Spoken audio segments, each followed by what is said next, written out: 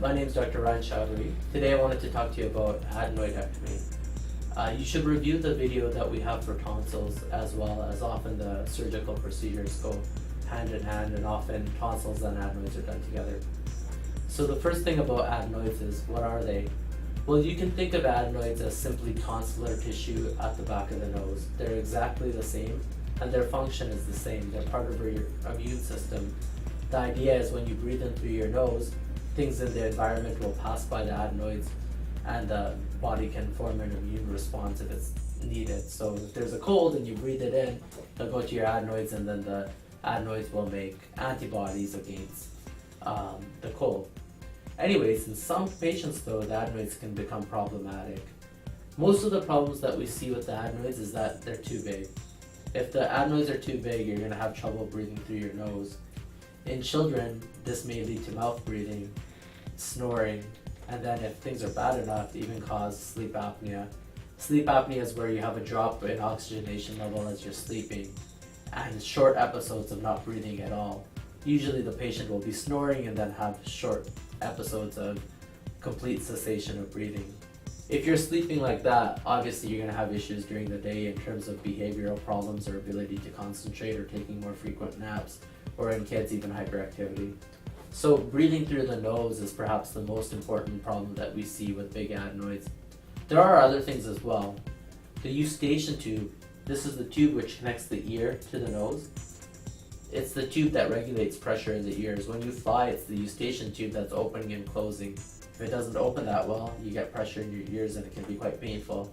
Well, if you have big adenoids, it can block the eustachian tube, so you can get problems with the ears in terms of pressure, problems with ear infections, or even problems with fluid in your ears.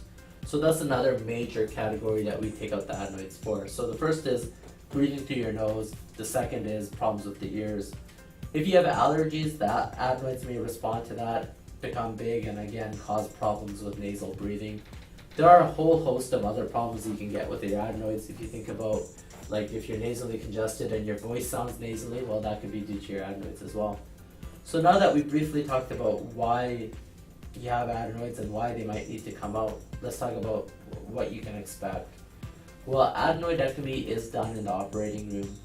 I don't want to minimize it as an operation. It's a real operation that requires general anesthesia, and it has real complications. Usually things go just fine, but in small instances we can have problems. I think the biggest problem with the adenoids is the bleeding risk. It's pretty small, I'd say less than 1%. But in some children and some adults, after you've taken out the adenoids, that area at the back of the nose may not heal properly, and you can get bleeding later on. That bleeding can happen in a 2-week period after the operation.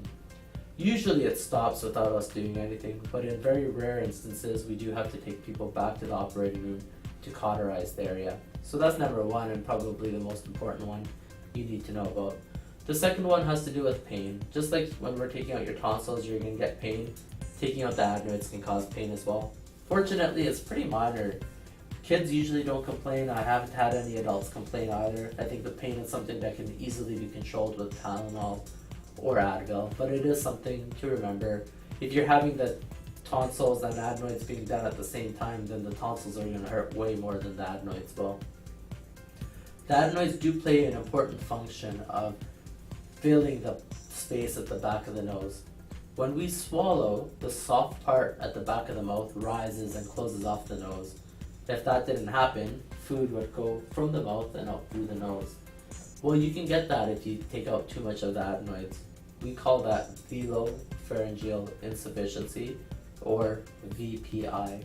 It's a very rare complication. I've never seen it, and none of my colleagues have either, but it is something that can happen, so it's something to be aware of. Fortunately, with speech-language therapy, if kids are suffering from VPI following adenoidectomy, it can be repaired. There are some other complications that we'll briefly go over. Of course, the adenoid bed can get infected. If that happens, you get treated with antibiotics. You may notice it as a foul smell in your nose or as bad breath. Like with any operation, you can get chronic pain. That's pretty rare, but it can happen.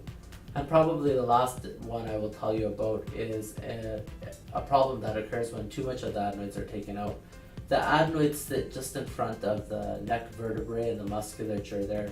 So So if some of that musculature gets burned during an adenoidectomy, it can cause some pain in that region and it can cause some stiffness. Again, it's a very rare complication that has been reported in children, but fortunately we rarely see it, and I've never seen any episodes of it, and neither have my colleagues. Some of the other minor risks are when we are taking out your adenoids, we are working through the mouth, so there's a minor risk to your lips and to your teeth. Usually that's not a major issue. Even if we did damage them, they usually heal on their own. I think that gives you a pretty broad idea of what adenoidectomy involves and the different complications that you should be aware of. Keep in mind that usually things go just fine, a lot easier than tonsils. If you are having adenoid done separately, usually you can go back to work in a few days. For children, probably less than a week off.